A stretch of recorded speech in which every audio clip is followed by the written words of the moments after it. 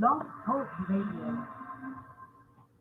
The information you hear on the Nutrition Shop Talk with Dr. Len is intended to be educational and not intended to diagnose or treat disease. Individual concerns should be addressed to your health professional. It's time for Nutrition Shop Health Talk with registered pharmacist, clinical nutritionist, and naturopathic doctor, Dr. Len Branswood. He's here to use his knowledge to impact your health and change your life. Get more information on the website at thenutritionshop.net. Right now, you can call the Nutrition Shop's Health Talk at 347-989-8205. That's 347-989-8205. And now your host for the Nutrition Shop's Health Talk, Dr. Len Brandt. And a little extra sugar can make us crave just about anything, from cookies to condiments to that Starbucks coffee smothered in whipped cream. But the sweetness of sugar doesn't fully explain our desires. New research shows this magic molecule, sugar, has a back channel to the brain. Really? Really? Really? Well, it does. And we're going to talk about that. The gut-brain circuit drives sugar preferences and may explain sugar cravings. We'll get started here in 1 minute.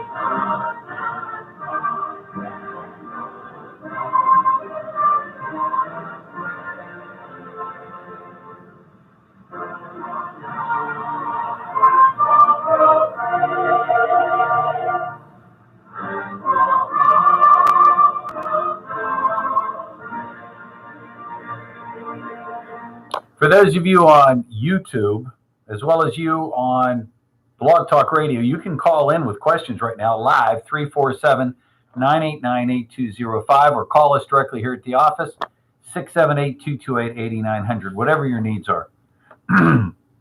So what is it about sugar? Like other sweet-tasting things, the Howard Hughes Medical Institute, Howard Hughes, said this: sugar triggers specialized taste buds in your tongue, but it also switches on an entirely separate neurological pathway. We thought it goes in the tongue, sends a signal to the brain, and we start to crave sweetness, sugar. But no, there's this new separate neurological pathway to the brain, one that begins in the gut. Yeah, they called me the gut guy, but again, Howard Hughes Medical Institute investigator Charles Zucker and his colleagues reported April 15, 2020, in the journal called Nature. In the intestines, the microbiome, signals heralding sugar's arrival travel to the brain. So as soon as that sugar goes down to our stomach, into the gut, a signal sent to the brain. It's got some sugar. This gut-to-brain pathway appears picky, responding only to sugar molecules, but not to artificial sweeteners. Scientists already know sugar exerts unique control over the brain. A 2008 study, for example, showed that mice without the ability to taste sweetness still prefer sugar. Zucker's team's discovery of a sugar-sensing pathway helps to explain why sugar is special and points to ways we might quell our insatiable appetite for it. We need to separate the concepts of sweet and sugar, said Zucker, a neuroscience expert at Columbia University. Sugar is liking. Sweet is liking, sugar is wanting. I said that. Sweet is liking something, sugar is wanting something. How about a third time? Sweet is liking something, sugar is wanting something. This new work reveals the neural basis for sugar preference. The term sugar is a catch all encompassing a number of substances our body uses as fuel.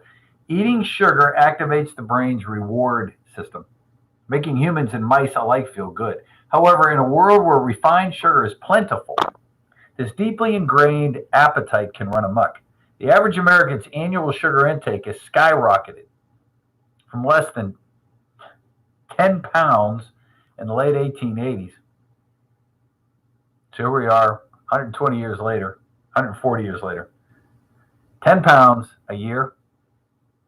It's now more than 100 pounds a year. Divide that by 12.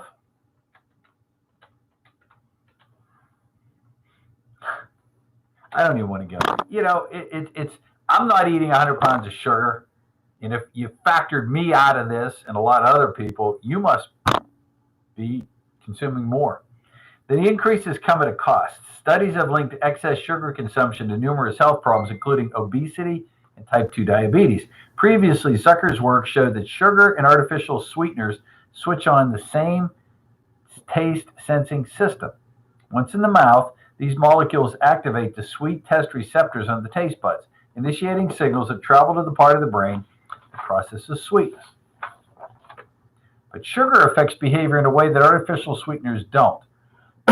Zucker's team ran a test pitting sugar against the sweetener esulfocine K, which is used in diet sodas, sweetening packets, and other products.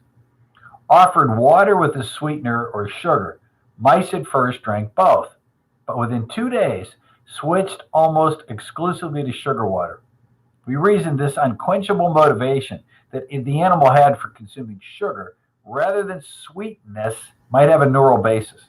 By visualizing brain activity when the rodents consume sugar versus artificial sweeteners or water, the researchers for the first time identified the brain region that responds solely to sugar. You don't need to know this, but it's the caudal, C-A-U-D-A-L, caudal nucleus of the solitary tract, found in the brainstem, separate from where mice processed taste. The path to this part of the brain that the team determined begins in the lining of the intestines. There, sensor molecules spark a signal that travels via the vagus nerve, which provides a direct line of information from the intestines to the brain. This gut-to-brain circuit favors one form of sugar, glucose, or similar molecules. It ignores artificial sweeteners, perhaps explaining why these additives can't seem to fully replicate sugar's appeal. It also overlooks some other types of sugar, most notably fructose, which is found in fruit. Glucose is the source of energy for all living things. That could explain why the symptoms specificity for the molecule evolved, says lead author Dr. Tan, T-A-N, and his Alexander Sisti, who are graduate students. Previously, scientists speculated that sugar's energy content, or calories, explained its appeal, since many artificial sweeteners lack calories. However, Zucker's study showed this is not the case, since calorie-free, glucose-like molecules can also activate this gut-to-brain sugar-sensing pathway. To better understand how the brain's strong preference for sugar develops, this group is now studying the connections between the gut-brain sugar circuit and other brain systems, like those involved in reward, feeding, and emotions. Although the study was done in mice, Zucker believes this essential, the same glucose-sensing pathway exists in humans.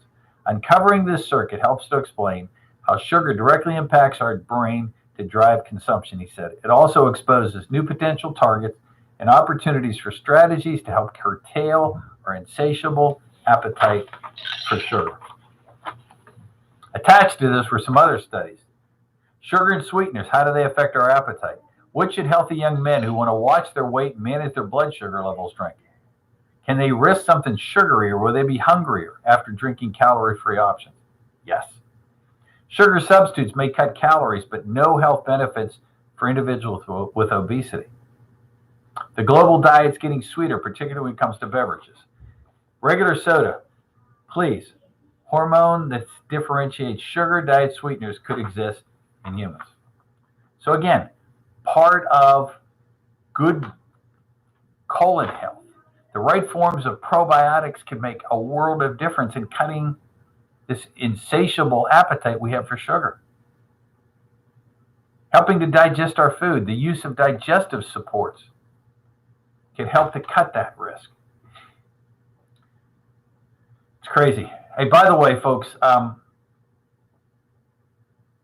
this Wednesday I have to go in for part 2 of my physical. I just thought I'd share with you what I'm going to talk about Wednesday on the show. A newly discovered mechanism can explain the increased risk of dementia. Now, I didn't realize I had to go for part 2 of my physical. But the intriguing thing was, what I have to go in for on Wednesday is to sit down with a nurse practitioner to do a test on me for Alzheimer's. So it's going to be fun. I will go through it. I'll be nice, and I'll get out the other side. Let me give you the numbers here. 678-228-8900. 678-228-8900 is the number to get us here live at the office. Here's a little piece on neuronutrition. With 1 in 3 adults in the U.S. qualifying as obese, food is at the root of the most preventable death and disease in America. By the time today's kids are 35, half of them will be obese. It's time to get our priorities straight. Neuronutrition looks at how food affects our brains, and biohacking breaks all the rules to create a science for more individualized nutrition and products. Personal preferences have dictated nutritional choices throughout contemporary history. Ever since people gained access to enough food to move beyond sustenance, they have based their dietary decisions mainly on taste and general health trends. Yet a growing body of evidence shows that there is no one-size-fits-all approach to nutrition. Our responses to different nutrients are unique, and by recognizing and monitoring this, we can potentially extend our healthy life expectancy. More recently, this black and white view of nutrition has been upended by research showing each of us responds differently to foods and supplements. My body processes a banana different than your body. Consequently, while bananas are broadly seen as a healthy food, I may benefit more from eating one than you, and vice versa. Nowadays, you really have the possibility to individualize or personalize nutrition and have the right nutrients for the right people at the right time. Personalized nutrition is a result of 3 trends. Advances in nutritional sciences have improved understanding of how diet affects health. New diagnostic and devices have opened up new ways to measure and monitor health and fitness. And the rise of analytical tools and self-learning algorithms have turned the data they generate into real-world insights. Personalized nutrition works. It's what we do here at the Nutrition Shop. It's a real in-depth look at you as a human being. And it works. Give us a call if you want more details. 678-228-8900. 90 seconds. 678-228-8900. Or reach out to us through our website at thenutritionshop.net. And we look forward to becoming part of your healthcare team. Take care. And that we do. We hope to become part of your healthcare team. And by the way, just as the word to the wise for you in the Peachtree City, Atlanta area, we're going to start reopening this Saturday. Carly's going to be back on the fold, be working this upcoming Saturday, and I'll be available live on Facebook all day. 60 seconds. So again, thanks for calling. Thanks for calling. Thanks for listening. 678-228-8900. God bless you, folks. See you back here soon. Take care. I hope you received your daily dose. Remember, you can go back and listen to this information again at blogtalkradio.com or at our website, thenutritionshop.net.